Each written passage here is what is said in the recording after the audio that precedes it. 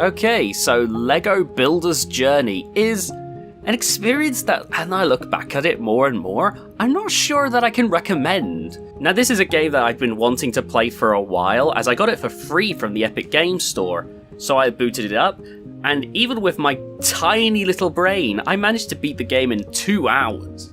And the story wasn't exactly what I was expecting.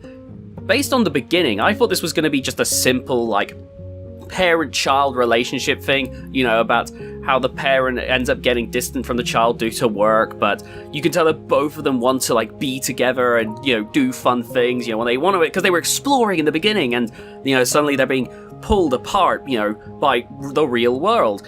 And the child starts to escape by building stuff on their own, but, like, it takes some weird turns. There's like a, you know, you build a robot. I don't want to spoil it too much in case someone wants to play it. It's not too crazy. It just took some turns that I really didn't expect. But overall, I had a decent time with the story. Now on the puzzles front, none of the puzzles are true head scratchers. Like, none of them are really going to stop you in your tracks and make you think, I have no idea what's going on. Except for if you're like me and 1 or 2 of the mechanics didn't get explained to you very well while you were playing, and you just kind of were stumped as to what the game was expecting from you. The game goes for a zero dialogue approach, which, don't be wrong, I do like it, and none of those roadblocks were such that I just couldn't get past. I managed to get past everything, but there are definitely 1 or 2 times where I was just kind of like, okay, Gabe, I don't know what you want from me. But overall, once you figure something out, the puzzles are all generally pretty easy. Visually, the game is trying to go for like that kind of simple aesthetic that a lot of indie games try to do back in the day. I think of games like Thomas Was Alone when it comes to just trying to capture that simple style and trying to tell a big story with, you know, different emotion in it, you know, whilst keeping it simple.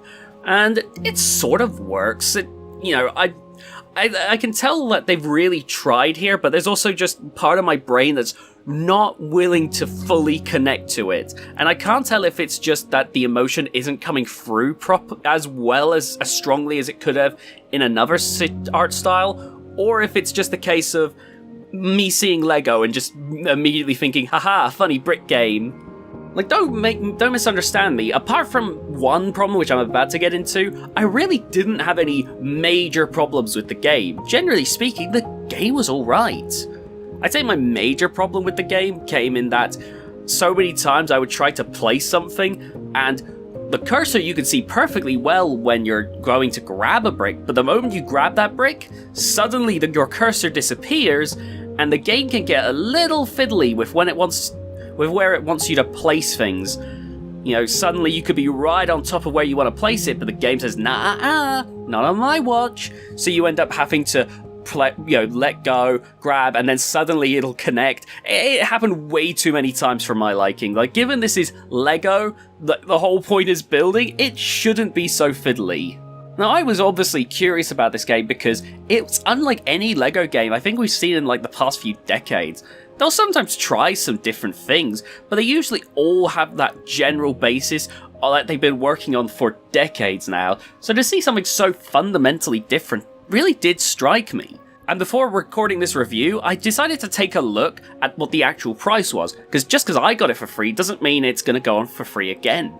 And it turns out it's $16. I'm guessing about $20 for the American crowd, and I can't recommend it for that.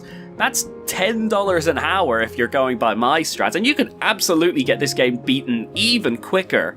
There's a creative mode afterwards, but I mean, it's a Lego game. I kind of expect that, really.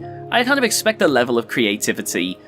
I don't know, like, this is a fun game, but $16 just seems like too much. Overall, it's not a bad experience, but maybe not one that I'd ever replay again. I've had my time with it, and now it'll remain a part of my memories. And something that I just cannot recommend.